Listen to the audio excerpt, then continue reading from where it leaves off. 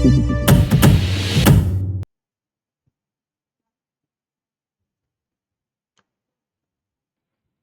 बजने में 6 मिनट।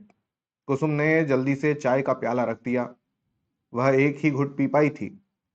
आकर देखा बरसाती में कार खड़ी थी, पर ड्राइवर का पता न था। उसने एक दो बार हॉर्न दिया, फिर बड़ी तेजी से वह मोटर लेकर चल दी। ड्राइवर 1 मिनट के बाद आया। कुछ दूर तक कुसुम की कार धूल उड़ा रही थी।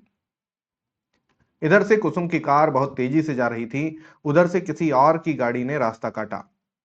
परिणाम यह हुआ कि चौरस्ते पर बिजली के खंभे से दोनों गाड़ियां टकराईं। दोनों ने बचने का प्रयत्न किया, परंतु निष्फल। कुसुम की कार के सामने का कांच टूट गया और सामने का कुछ हिस्सा भी टूट गया। कार और वह अपना वेग खोकर मुर्दे की तरह पड़ी रह गई। कुसुम के सिर और माथे पर चोट आई। दूसरी कार का एक मडगार्ड भर टूटा था। बाकी सब कुछ ठीक था। उस गाड़ी के दोनों व्यक्ति कार पर से उतरकर खड़े हो गए। एक पुरुष था, दूसरी स्त्री। कुसुम के चेहरे पर क्रोध का भाव था, पर पुरुष के चेहरे पर कौतूहल के साथ वह भाव था कि वह गलत रास्ते पर थी। उसने बचाना चाहा, फिर भी कुसुम ने कार लड़ा ही दी। कुसुम के सिर के बहते हुए खून को देखकर तुरंत ही पुरुष ने अपने रुमाल उसके सिर पर कसकर बांध दिया। फिर नम्रता से बोला, आप मेरी गाड़ी पर बैठ जाइए। डॉक्टर के घर से आपके सिर पर पट्टी बंधवाने के बाद आप जहां कहेंगी वहां पहुंचा दूंगा। खाक पहुंचा देंगे आप? कुसुम चिल्लाकर बोली, मुझे 6 बजे कॉलेज पहुंच जाना था। वहां लोग मेरी प्रतीक्षा में होंगे। तो आप ही कुसुम देवी हैं?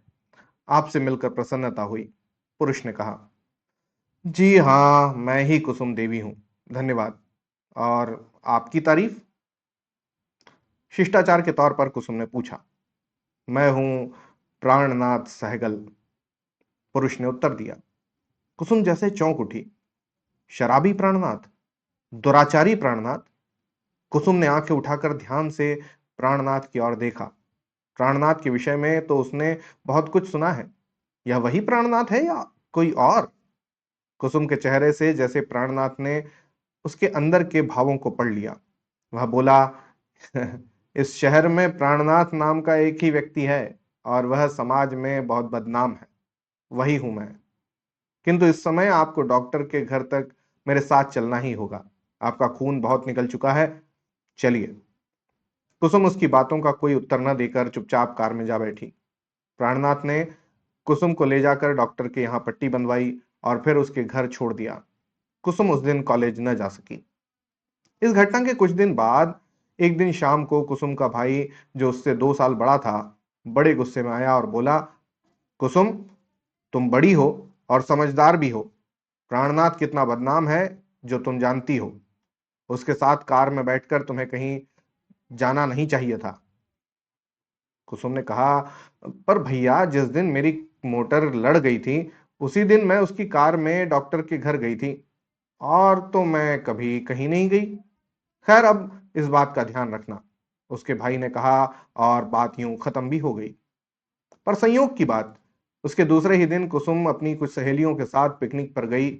लौटते समय दूसरी लड़कियों को अपने मकानों पर उतार कर जब वह वापस आ रही थी, तो ठीक प्राणनाथ के बंगले के ही सामने उसकी मोटर का पेट्रोल खत्म हो गया।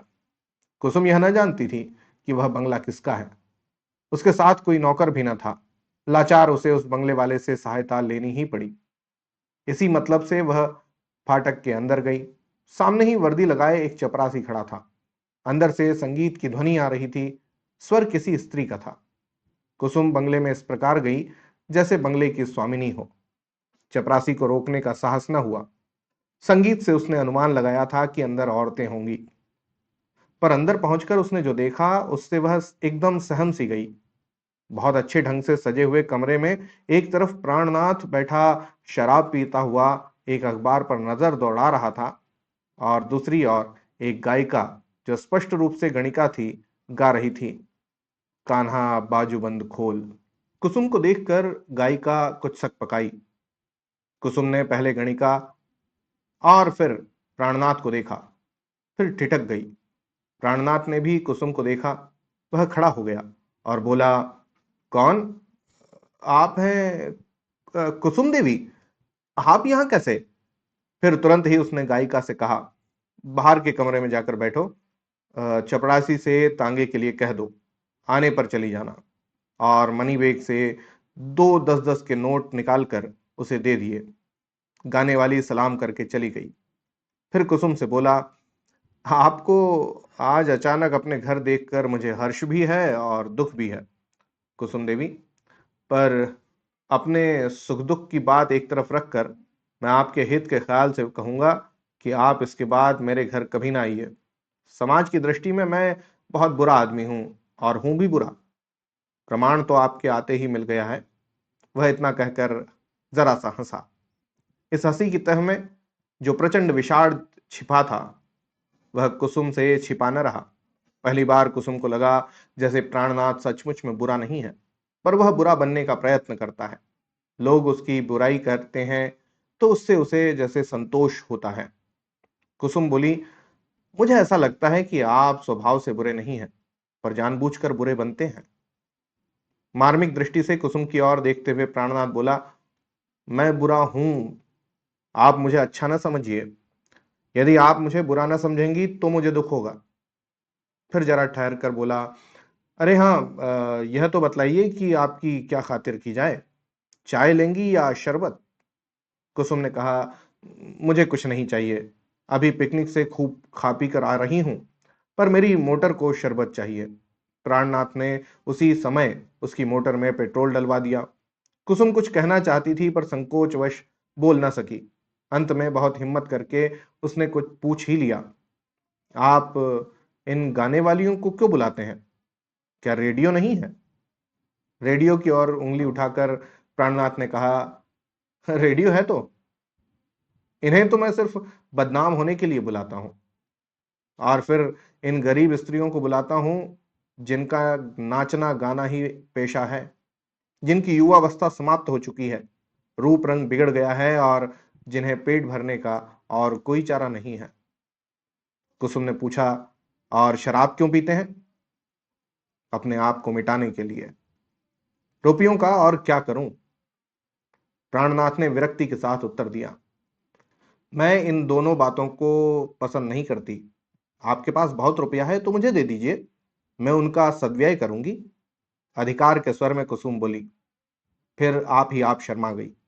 उसे चाहने न चाहने का अधिकार ही क्या है? प्राणनाथ हंस पड़ा। वह बोला, आप नहीं चाहती तो ना होगा, पर आप मेरी चिंता क्यों करती हैं? मैं तो जानबूझकर मिट रहा हूं, और मिटने में ही मुझे संतोष है। पर इसका कारण क्या है? आग्रह के साथ कुसुम ने पूछा।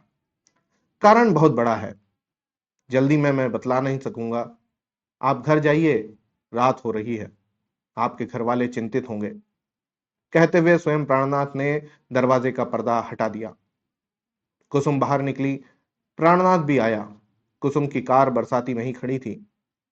इस कृपा के लिए धन्यवाद कुसुम देवी, प्राणनाथ ने कहा। मैं आपसे फिर मिलूंगी, कहती हुई कुसुम ने मोटर चला दी। घर पहुंचकर कुसुम कई दिनों तक सोचती रही। उसे प्राणनाथ जितना बदनाम था उतना बुरा न जान पड़ा। बात व्यवहार में भी वह बिल्कुल भद्र पुरुष था। उसकी बुराई करने वालों से प्राणनाथ ही उसे अधिक शिष्ट जान पड़ा। कुसुम सोच रही थी, कोई ना कोई बात है, इसके जीवन में कोई ऐसी घटना घटी है जिससे वह बहुत दुखी होकर ही अपने आप को इस प्रकार मिटा रहा है, बदनाम कर रहा है। कुसुम ने सोचा, मैं उससे पूछूंगी जरूर। और एक दिन शाम को कुसुम जब घूमने निकली तो उसकी मोटर अपने आप जैसे प्राणनाथ के बंगले की ओर मुड़ गई। बाहर चपड़ासी बैठा था। कुसुम को देखते ही दौड़कर उसने साहब को खबर दी। प्राणनाथ बाहर आ गया। कुसुम को देखते ही उसके मुरझाए हुए चेहरे पर कांति सी आ गई। वह बोला, आइए, अच्छा हुआ आप आ गई। आप उस दिन मुझसे दो बातों के न करने का वचन ले गई थी। उस दिन से मैंने नहीं की, किंतु उन दो बातों के सहारे मेरी संध्या कट जाती थी। अब तो शाम बहुत लंबी जान पड़ती है। बैठे बैठे इन अपने कृत्यों पर बिसुरने के अतिरिक्त और कुछ रह नहीं जाता। मैं किसी के घर आता जाता भी नहीं। आपसे उन्हीं दोनों बातों की पुनरावृत्ति की आज्ञा चाहता हूं। कुसुम हर्ष से उछल पड़ी। तो उसने कहा, सच? उस दिन से आपने शराब नहीं छुई और न किसी को बुलाया? धन्यवाद, आपने मेरे अनुरोध की रक्षा की है। अब आप फिक्र न कीजिए, आपकी शाम भारी न जाएगी। मैं उसे हल्की बनाने का प्रयत्न करूंगी। इसके लिए आपको धन्यवाद, पर आप आज भी तो किसी पिकनिक से नहीं आ रही हैं। नहीं, मैं चाय पीऊंगी। बनवाइए। प्राणनाथ ने रसोइये को बुलाकर चाय बनाने का कहा। कुसुम कुछ सोच कर बोली, हाँ, मैं आपसे वह कारण पूछना चाहती हूं। यदि आपको कोई विशेष कष्ट न हो तो बतलाइए कि आपने अपने ऊपर इतना अत्याचार क्यों किया है। बुरे न होकर भी क्यों बुरे बन रहे हैं? दुराचारी न होकर भी क्यों अपने आप को दुराचारी साबित कर रहे हैं? इसकी एक कहानी है कुसुम देवी। एक दीर्घ निश्वास के साथ प्राणनाथ ने कहा, मैंने एक स्त्री का जीवन बर्बाद किया है और बर्बाद करने के बाद अपनी जिम्मेदारी नहीं समझी। उस पर व्यर्थ का संदेह किया, उसे सताया और बड़े ही नाजुक समय में उसकी ओर से इतना उदासीन रहा, उसकी बातों को ठुकराया कि वह शायद गली गली टुकड़े मांगने तक को विवश हो गई हो। एक घटना ने मेरे संदेह को दूर कर दिया। मैंने अपनी गलती समझी और जाना कि वह बिल्कुल निर्दोष है। उसके साथ बड़ा अन्याय किया गया है। मैं उससे क्षमा मांगने, उसे लाने के लिए गया, किंतु तब तक उसका वहां पता ही नहीं था। कहीं भी पता नहीं लगा। न जाने वह कहाँ गई। इस ख्याल से मैं भी बहुत सी औरतों के यहां गया हूं कि न जाने कहां, किस अवस्था में मुझे रुक्मिणी मिल जाए। मैं उसका अपराधी हूं। कम से कम उससे क्षमा तो मांग सकूंगा।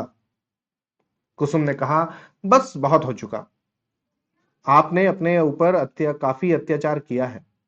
अब आप यह न कर सकेंगे।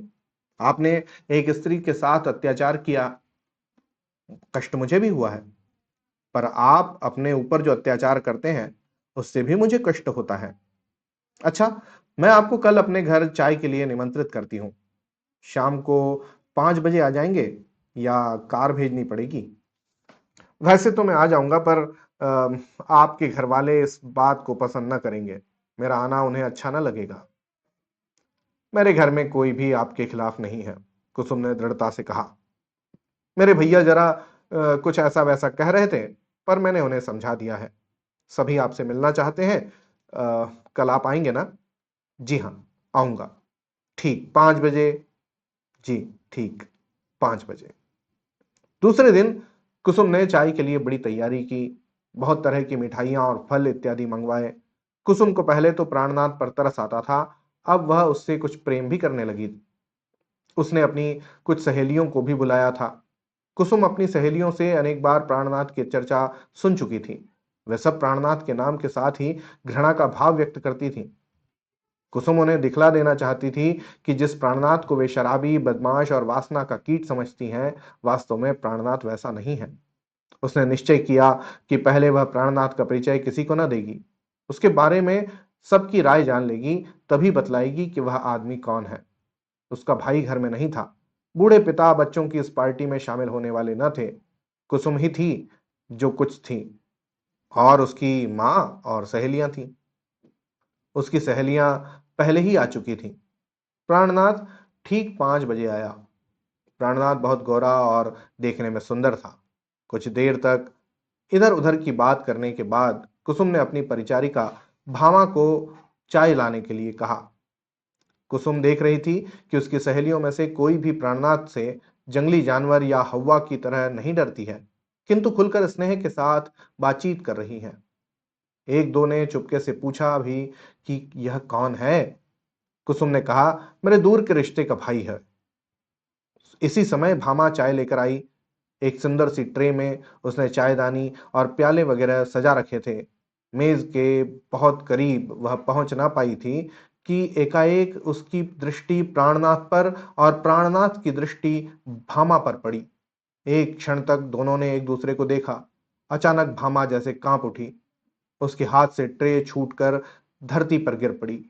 चायदानी उसके पैरों के पास गिरकर फूट गई। प्याले दूर दूर तक कमरे में बिखर गए। भामा निर्जीव सी वहीं धरती पर बैठ गई। प्राणनाथ के मुंह से एक चीख के साथ निकल पड़ा, रुक्मिणी! और वे सब अपनी अपनी कुर्सी छोड़कर निर्जीव सी पड़ी हुई भामा की परिचर्या में लग गए।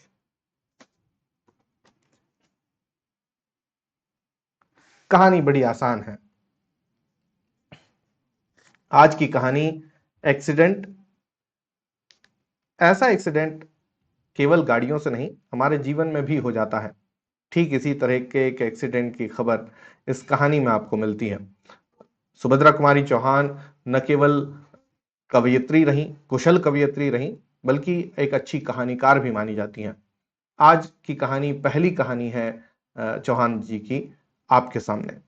मैं धीरे धीरे और भी नए रचनाकारों की रचनाएं आपके साथ लेकर जुड़ूंगा। फिलहाल मुझे दीजिए इजाजत। होती है अगली कहानी में मुलाकात, तब तक के लिए धन्यवाद और जय हिंद।